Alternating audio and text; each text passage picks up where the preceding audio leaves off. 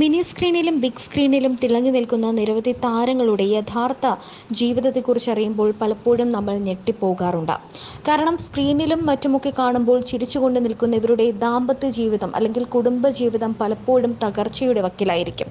അല്ലെങ്കിൽ പലരും തങ്ങളുടെ വിവാഹ ജീവിതത്തിൽ നിന്നും ദാമ്പത്യ ബന്ധത്തിൽ നിന്നും വേർപിരിക്കപ്പെട്ടവരായിരിക്കും.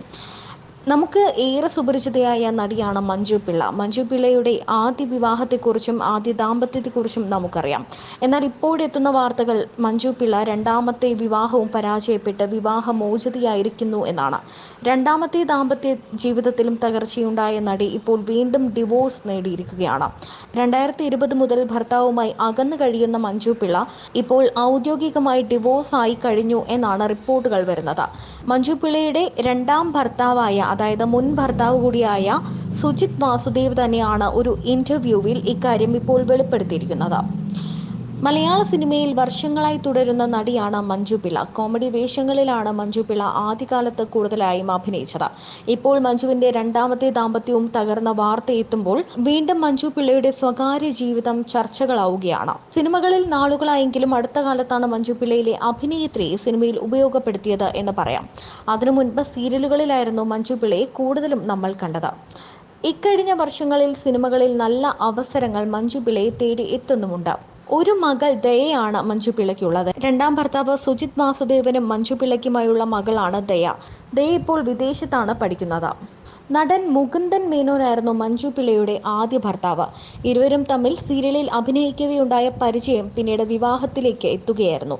എന്നാൽ ഈ ബന്ധം അധികകാലം നീണ്ടുനിന്നില്ല. ഇരുവരും വേർപിരിയുകയും ചെയ്തു. ഒന്നിച്ച് താമസിക്കുമ്പോഴുണ്ടായ അഭിപ്രായ വ്യത്യാസങ്ങളും അന്യോന്യം ഒരാൾ പറയുന്നത് മറ്റൊരാൾക്ക് ഇഷ്ടപ്പെടുന്നില്ല, മറ്റൊരാൾ പറയുന്നത് അംഗീകരിക്കാൻ പറ്റുന്നില്ല തുടങ്ങിയ പ്രശ്നങ്ങളൊക്കെയാണ് ഇവരുടെ വിവാഹമോചനത്തിൽ കൊണ്ടെത്തിച്ചത്.